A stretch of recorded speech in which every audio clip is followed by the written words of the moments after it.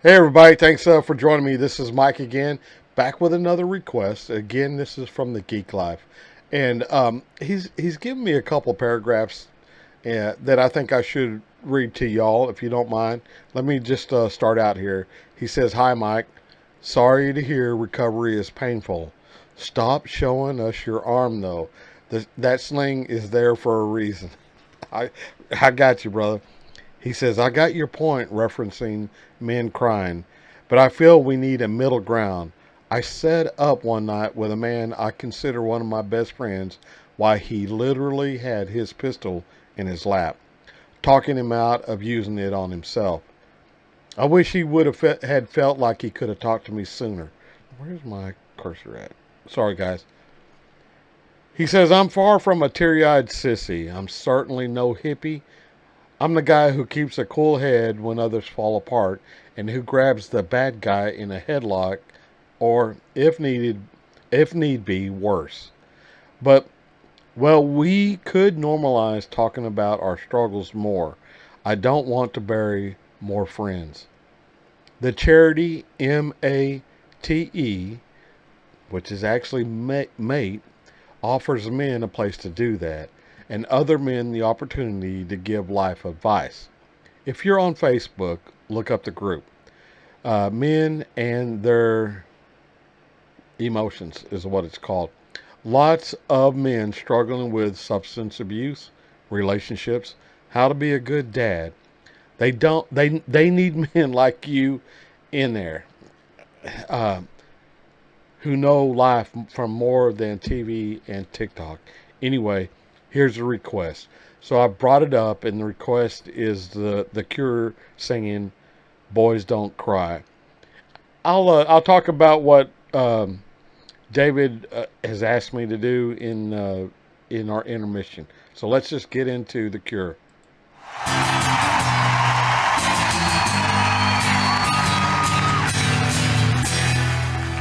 We've only got time for one more. Goddamn Stevie Nicks. I'm joking.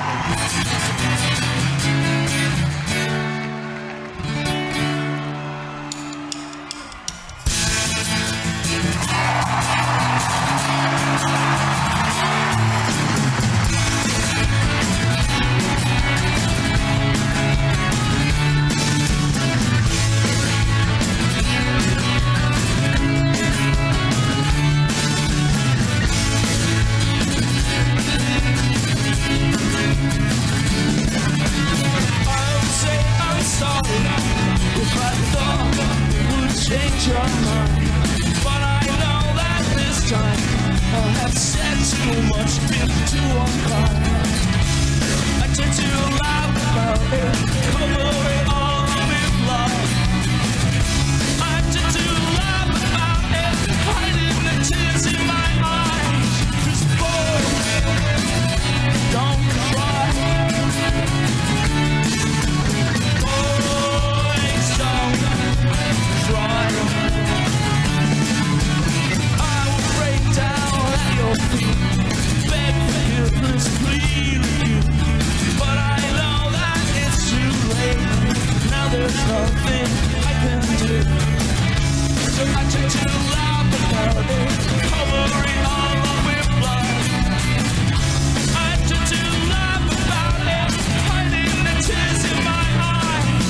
'Cause boys don't cry.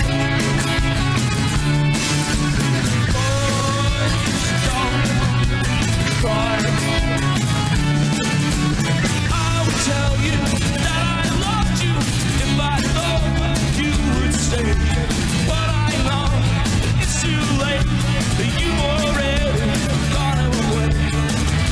And it's such a limit. I've pushed you too far. Took you for granted. I thought that you needed more. Now I would do most anything. Sorry, man.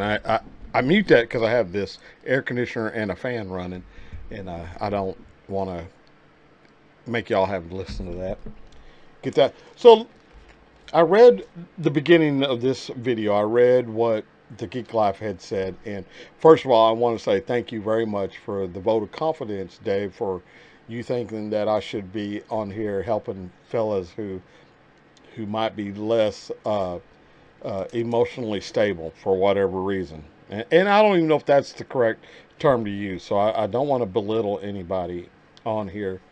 Uh, but the thing is I'm not trained in this, man. I'm not trained in getting on a mentor website or an emotional men's mentorship without being trained. I don't want to cause more harm than good, and without being trained in my mind, there's a possibility I could do that.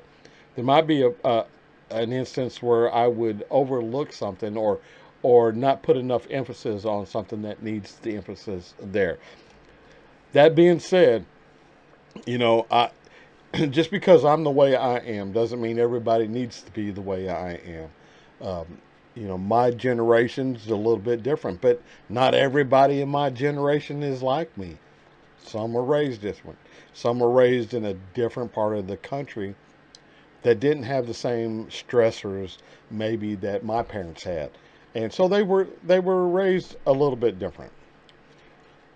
I don't know what's right or what's not right. I just know how I was raised, how people around me were raised, and um, yeah, again, I don't know if I would have been turned out different if there was such a thing as a group hug every once in a while, every time I got my feelings hurt. Uh, I don't know. So I don't feel confident to trying to help somebody when I could also be doing harm. So I hope you understand that. Now, as far as this video, The Cure, Boys Don't Cry, this was during their 2019 Rock and Roll Hall of Fame induction. Uh, but they actually came out with this song. I believe it said, what I found is 1979. So they've been at this game for a long time, and I'm listening to the words. And again, this is a different culture. This guy, when they wrote these songs, they weren't living where I was living. They weren't doing the type of things that the boys and the men were doing where I come from, and so they had a different outlook on it, And I'm not saying, well, there is. I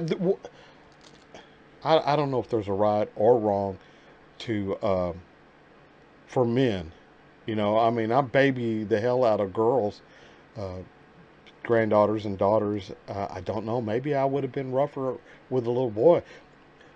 I'm hoping I wouldn't have been, but I don't know. I can only surmise, and hope that I would have been just as emotionally attached to a little boy as I were to the little girls. So let's get back to it, guys.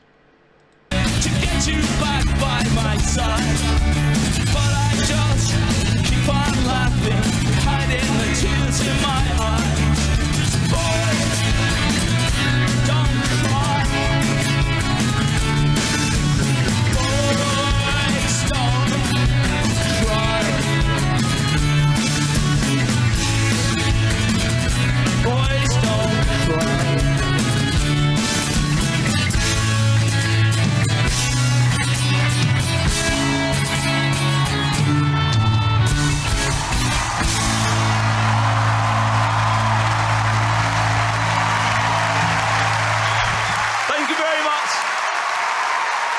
Thank you.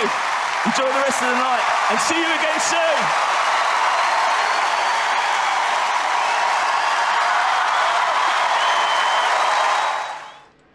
So let me just say here that I don't know what video David's talking about that that he's mentioned it in this uh, this buy me a coffee request. But I will tell you, at 66, I'm not as hard as I was when I was 36.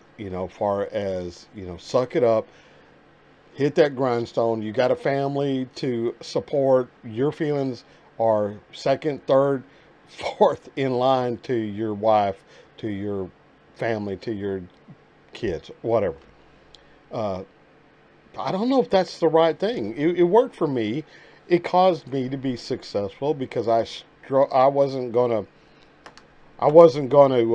get a cold and stay at home, and when I could go to work, and uh, not that I wanted to go to work sick, but you got to have a paycheck, and I wasn't gonna subject my family to certain things. So that caused me to be successful. That caused me to dig deep whenever I went after, whatever my next career was going to be. I never had I've told you all before, I've never had a job that's been a time card, clock in, clock out. My jobs have been career jobs, um, professional jobs. Now they've been predominantly in employed by as men, being in the Marine Corps for 21 years, and then go from that to police department, predominantly men, for 27 years till I retired. That's the extent of my life. So it's always been in a type A personality arena, and you don't show weakness in the Marine Corps. You don't show weakness on the street if you're a cop. You know, you compartmentalize that, or it's going to eat you up and spit you out. There's not every career is like that. So I get it, man. It's just something that I can't relate to. Intellectually I can relate to it, but experience wise I can't. So, uh, yeah, I, that's just the way it was, man. All right. So thanks though for the vote of confidence, David, and thank y'all for stopping by here. And if you've lasted this long, me rambling, thank you even more. Hit that like button, hit that subscribe button. Until I see y'all again, I'll catch you down the road. Bye, y'all.